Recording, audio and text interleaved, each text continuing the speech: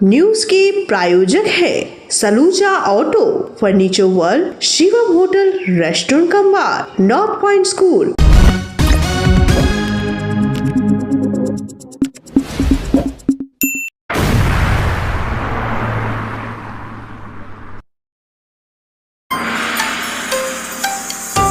Asansol rail अस्पताल में injection के बाद मरीज की मौत का आरोप, हंगामा।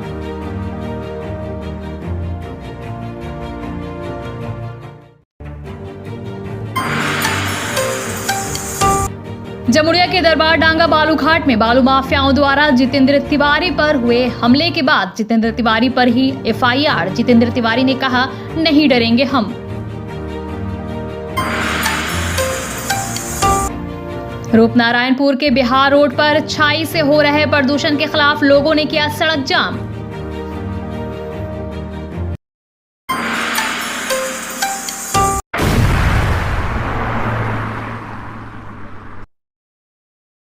आसनसोल रेलवे अस्पताल में इलाज में लापरवाही का आरोप लगाते हुए एक मरीज के परिजनों ने भारी हंगामा किया। मृतक के पुत्र मोहम्मद सरफराज अंसारी ने बताया कि उनके पिता को ब्रेन स्ट्रोक आने के बाद अस्पताल लाया गया था, जहां उनकी हालत में सुधार हो रहा था।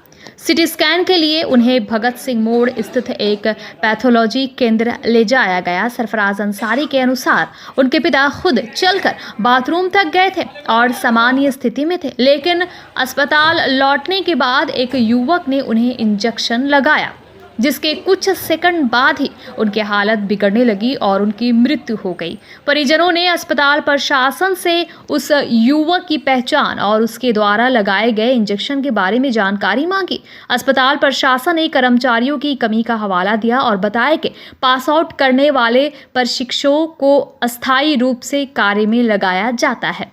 3 घंटे बाद जब उस युवक को परिजनों के सामने लाया गया तो उसने कहा कि उसने मोनोसेफ नामक एंटीबायोटिक इंजेक्शन दिया था, लेकिन परिजनों का दावा है कि उनके पास मौजूद इंजेक्शन की शीशी पर मोनोसेफ का नाम नहीं लिखा था। सरफराज अंसारी ने इसे लापरवाही बताते हुए दोषियों के खिलाफ कड़ी कार्रवाई की मांग की। उन्होंने सवाल उठाया कि जब वहां 3 नर्सें मौजूद थी तो किसी अन्य व्यक्ति को इंजेक्शन लगाने की अनुमति क्यों दी गई। फिलहाल अस्पताल प्रबंधन की ओर से कोई प्रतिक्रिया नहीं मिली है, लेकिन जांच किए जाने की बात कही जा रही है। सुबह में तकरीबन 7:30 बजे के दरमियान में घर में ब्रेन स्ट्रोक हुआ, तो हम लोगों ने बिना वक्त जाए किए डायरेक्ट हम लोग आए रेलवे हॉस्पिटल में एडमिट किए। एडमिट करने के बाद जितने भी यानी कि प्रोसेस था बहुत अच्छे से हो रहा था। जो मुंह टेढ़ा हुआ था मुंह सीधा भी हुआ, जो हाथ वर्क नहीं कर रहा था वो वर्क करना स्टार्ट हो गया था। लेकिन शाम हुआ 3 बजे के दरमियान सिटी स्कैन करने के लिए आविष्कार लेके गए। वहाँ पर मेरे फादर से बहुत अच्छे से बातचीत हुई है, ठीक है, बहुत अच्छे थे। कुछ यानी कि कुछ मामला नहीं था, नॉर्मली थे। आपका एम्बुलेंस में आगे वाले सीट में सीट बेल्ट अपने से लगा के बैठ कर आए, ठीक है। शाम हुआ यहाँ पर तकरीबन 6:30 का दरमियान 6:50 हो रहा था, तो वहाँ पर उनको लगा टॉयलेट, तो वो इस्तिंजा करने के लिए गए। इस्तिंजा करके आए हैं। मेरे भाई थे जिसका नाम टिंकू था, उनके बड़े भाई मोहम्मद इमरान, ठीक है, वो लोग थे वहाँ पर। एक लड़का आया, एक बंदा आया, ठीक है, वो उसने एक इंजेक्शन दिया। हाँ, और इंजेक्शन देने के ठीक 30 सेकंड के अंदर ही हाथ पाँव टनाने लगा। तो हम लोगों ने बोला कि आप किस चीज़ का ये दिए इंजेक्शन दिए, वो बोला एंटीबायोटिक दिए। उसके बाद जब डेथ कर गए तो हम लोगों को खबर मिला, हम लोग इंस्टा एकदम आ गए। हम लोग जितने भी थे घर के मेंबर थे सबके सब आए। उसके बाद हम लोग पूछे कि कौन लड़का इंजेक्शन दिया। यहाँ पर आरपीएफ आया, डबल स्टार आरपीएफ के पूरे टीम थे। हम लोगों ने डिमांड किया कि कौन लड़का जब वहाँ पर नर्स मौजूद थी तो वो दूसरा डिपार्टमेंट से आके क्यों इंजेक्शन से आके दिया, क्यों दिया इंजेक्शन, यानी कि वो खुद बोला कि मुझे इंजेक्शन देना। आखिर किस वजह कर इंजेक्शन दिया? जब वहाँ रेलवे का स्टाफ मौजूद है, नर्सेस मौजूद है, 2-3 नर्सेस वहाँ मौजूद है, तो फिर क्यों आखिर क्या चाह रहे?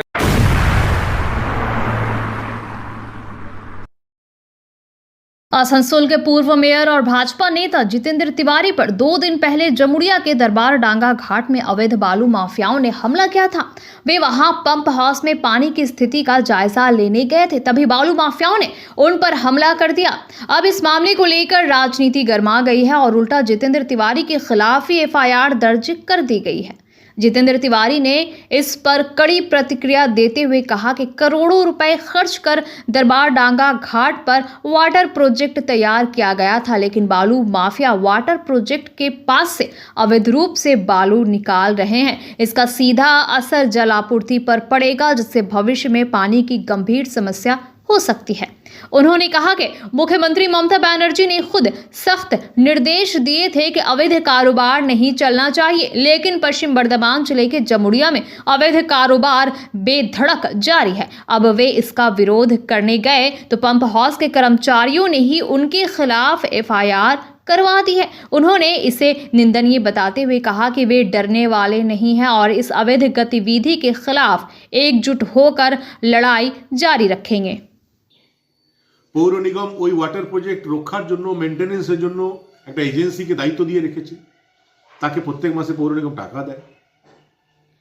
আমরা কয়েকজন যখন যাই সেখানে দেখি যে একদম তার পাশ থেকে বালি উত্তোলন হচ্ছে এবং সঙ্গে সঙ্গে দেখলাম কয়েকজন বালি মাফিয়া এসে আমার সঙ্গে যারা ছিল তাদের উপর হামলা চালানো, পাথর ছোড়া, বড় বড় যে কোনো দুর্ঘটনা ঘটে যেতে পারত।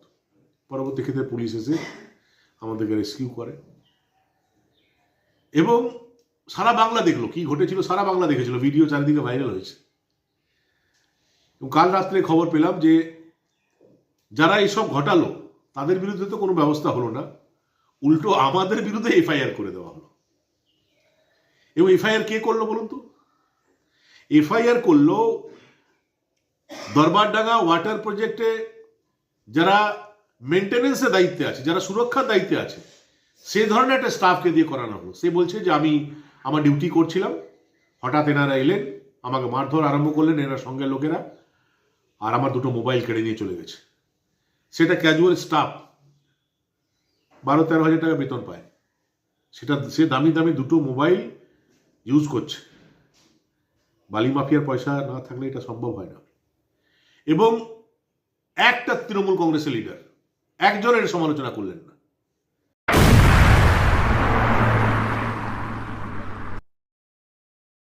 पुरुलिया रघुनाथपुर से झारखंड के गोड्डा तक डंपरों के जरिए राख की धूल ले जाई जा रही है। इस दौरान सड़क पर और आसपास रहने वाले लोगों को भारी परेशानी का सामना करना पड़ रहा है। डंपरों से उड़ती हुई राख हवा में घुल रही है, जिससे स्थानीय लोगों को स्वास्थ्य संबंधी समस्याएं हो रही है। इसी के विरोध में रविवार सुबह रूपनारायणपुर बिहार रोड पर स्थानीय लोगों ने डंपरों को रोक दिया और सड़क जाम कर विरोध प्रदर्शन किया।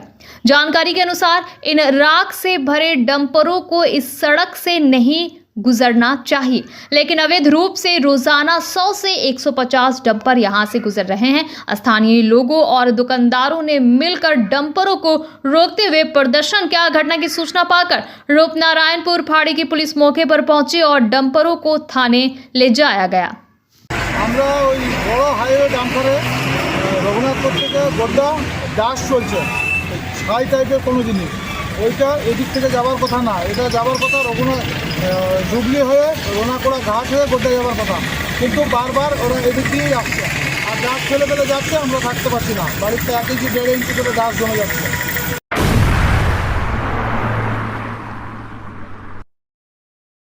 आसनसोल रेल मंडल कार्यालय के अधीन कैजुअल ठेकेदार वर्कर ड्राइवरों ने अपनी मांगों को लेकर विरोध प्रदर्शन किया। उनकी मुख्य मांगे है कि उन्हें PF ग्रेजुएटी और मेडिकल सुविधाएं दी जाए, साथ ही रेलवे द्वारा निर्धारित न्यूनतम वेतन दिया जाए। इस मुद्दे को लेकर तृणमूल श्रमिक नेता राजू अहलुवालिया ने चेतावनी दी है कि अगर श्रमिकों को उनका हक नहीं मिला तो वे जोरदार आंदोलन करेंगे। उन्होंने कहा कि रेलवे में आम मजदूरों का शोषण हो रहा है और हाल ही में आसनसोल रेलवे स्टेशन के सफाई कर्मियों ने भी इसी तरह वेतन को लेकर आवाज उठाई थी। अब अस्थायी ड्राइवरों ने भी न्यूनतम वेतन और अन्य सुविधाओं की मांग उठाई है। उन्होंने ठेकेदारों से जवाबदेही तय करने की मांग की है और कहा कि अगर किसी ड्राइवर को ठेकेदारी से निकाला गया तो वे उग्र आंदोलन करेंगे।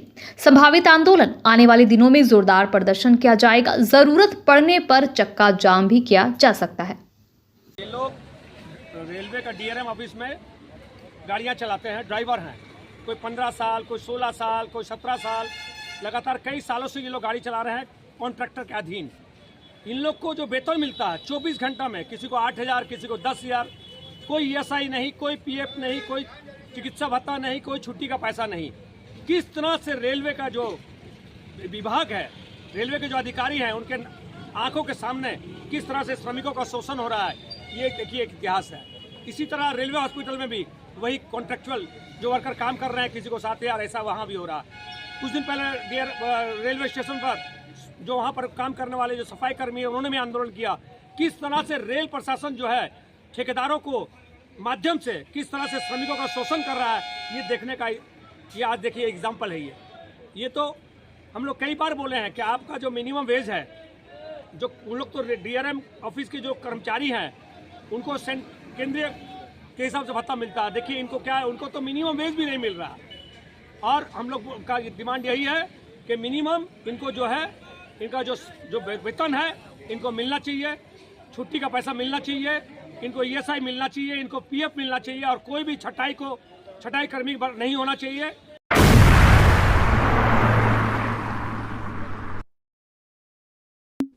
Fair Education's Point, the perfect place for development and growth of your child. Our facilities, best in class infrastructures, holistic educations, multidisciplinary extracurricular activities, swimming pool, smart class, karate, abacus, transport facility, well educated teachers teach your child. Make your child bright future, then contact us.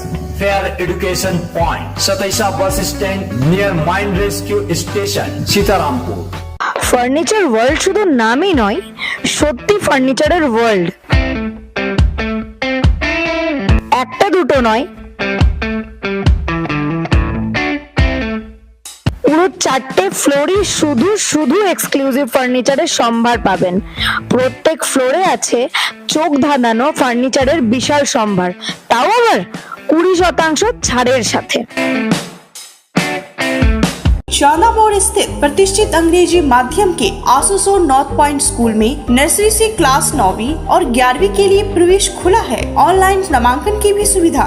School में सारी आधुनिक सुविधाएं उपलब्ध हैं। Air condition computer lab, air condition auditorium, swimming pool, पूरे school campus में CCTV निगरानी, school transport की भी सुविधा। संपर्क करें आसुसो नॉर्थ पॉइंट स्कूल में।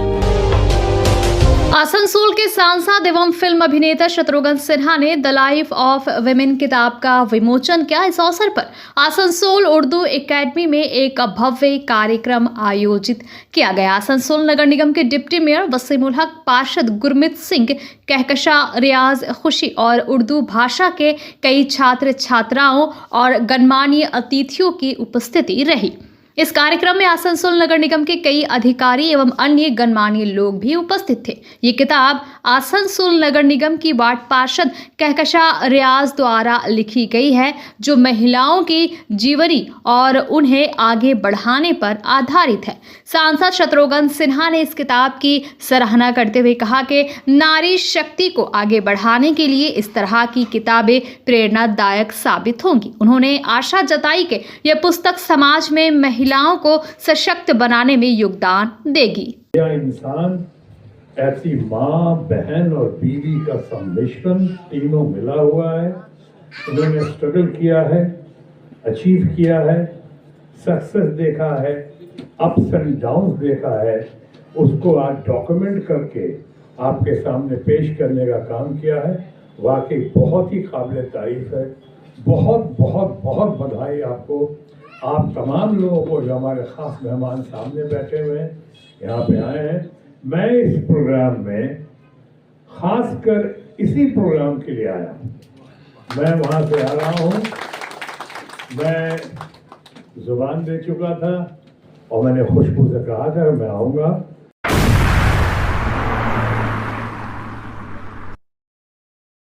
पश्चिम बंगाल के पूर्व बर्धमान जिले के कालना से 74 वर्षीय कांग्रेस कार्यकर्ता प्रभात दास साइकिल से महाकुंभ की यात्रा पर निकले हैं। उनकी साइकिल पर कांग्रेस का झंडा लगा हुआ है। उन्होंने 22 तारीख को यात्रा शुरू की और शनिवार को पश्चिम बर्धमान के आसनसोल पहुंचे, जहां उन्होंने दक्षिण काली मंदिर में रात बिताई। रविवार सुबह वे 19 नंबर राष्ट्रीय राजमार्ग के रास्ते झारखंड सीमा पर डुबुडीही चेक पोस्ट पहुंचे और वहां से अपनी यात्रा फिर से शुरू की।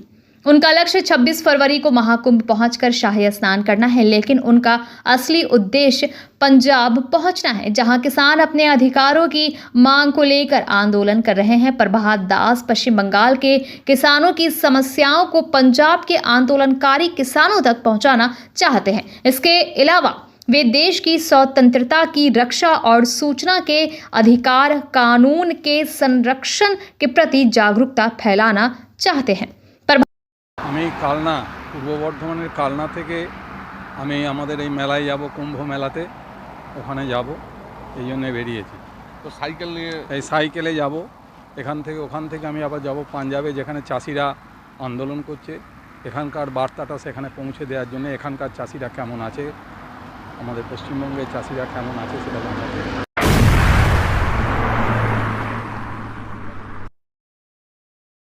आसनसोल में मैराथन दौड़ का आयोजन किया गया, जिसमें सेंट्रम मॉल और आसनसोल नॉर्थ थाना पुलिस का सहयोग रहा। इस कार्यक्रम का उद्देश्य सेफ ड्राइव सेफ लाइफ अभियान और यात्री साथी ऐप को बढ़ावा देना था। प्रतियोगिता में भाग लेने वाले धावकों के बीच जबरदस्त उत्साह देखने को मिला। आयोजन के अंत में विजेताओं को पुरस्कृत किया गया, जिसमें प्रथम, द्वितीय और तृतीय स्थान प्राप्त करने वाले धावकों को सम्मानित किया गया। इस पहल का मुख्य उद्देश्य सड़क सुरक्षा के प्रति जागरूकता बढ़ाना और यात्रियों की सुरक्षा को सुनिश्चित करना था। स्थानीय प्रशासन और आयोजन समिति ने इसे सफल बनाने में महत्वपूर्ण भूमिका निभाई। সমস্ত বাচ্চাদের কেমন লাগলো? তো গ্রেট, সুপার।